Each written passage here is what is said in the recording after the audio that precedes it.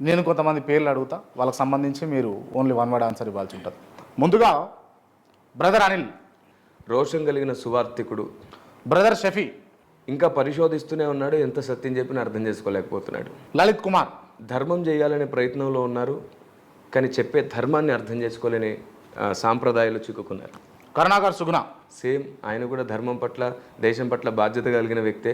తనకు కలిగిన ప్రాచీన కాలంలో అంటే తనకు కలిగిన గతంలో జరిగిన వాటిని దృష్టి ఉంచుతున్నారు, కానీ వాస్తవ సత్యాన్ని గుర్తించలేకపోతున్నారు. అనేది రాధా మనోహర్ దాస్, వయసు చాలా పెద్దది, తొందరపడుతున్నారు, ఆవేశపడుతున్నారు, ఇంకా అభిమానం అంటే దురాభిమాన పాపం చేస్తున్నారు, కళ్ళు మూయబడి ఉన్నాయి ఆయనకి. కల్వారి సతీష్, ఒక గొప్ప వ్యక్తిత్వం కలిగిన వారు, ఒక మంచి సువార్థికుడు, మంచి సంఘ కాపరి, సైద్ధాంతికంగా ఎన్నున్నా సరే భారతదేశానికి ఆశీర్వాదంగా మారుతున్నాడు.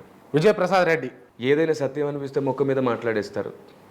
ఉన్నది ఏదైనా సరే, అక్కడ ఉన్న వాళ్ళు ఎవరైనా సరే సత్యం ఏదైనా తెలుసుకుంటే తను వెంబడించే ప్రయత్నం కూడా చేస్తారు.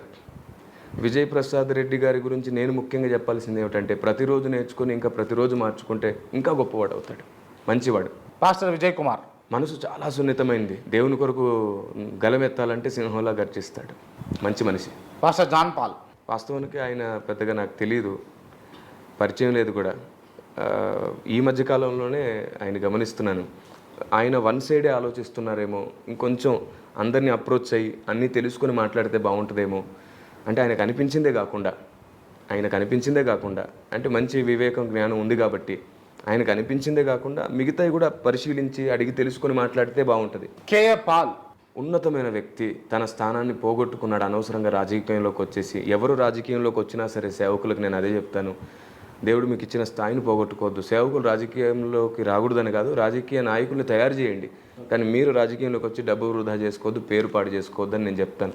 కేఏ పాల్ గారు అనవసరంగా తప్పుడు సలహాలు తీసుకొని రాజకీయంలోకి వచ్చారు, లేకపోతే ఆయన దేశానికి దిక్సూచిగా ఉండేవాడు, ప్రపంచానికి దిక్సూచిగా ఉండేవాడు. రూబేను, ఎవరండి? లోతు. ఇప్పుడు లోతు ఈ జనరేషన్లో ఉన్నవాడు కాదు, రూబేన్ ఈ జనరేషన్లో ఉన్నవాడు కాదు. సమస్త చరిత్రలో వారు ఒక భాగం. యేసుక్రీస్తు సమస్త మానవాళికి రక్షకుడు, పాప విమోచకుడు, అందరూ గుర్తించదగ్గ నిజమైన వెలుగు. శ్రీరామ్.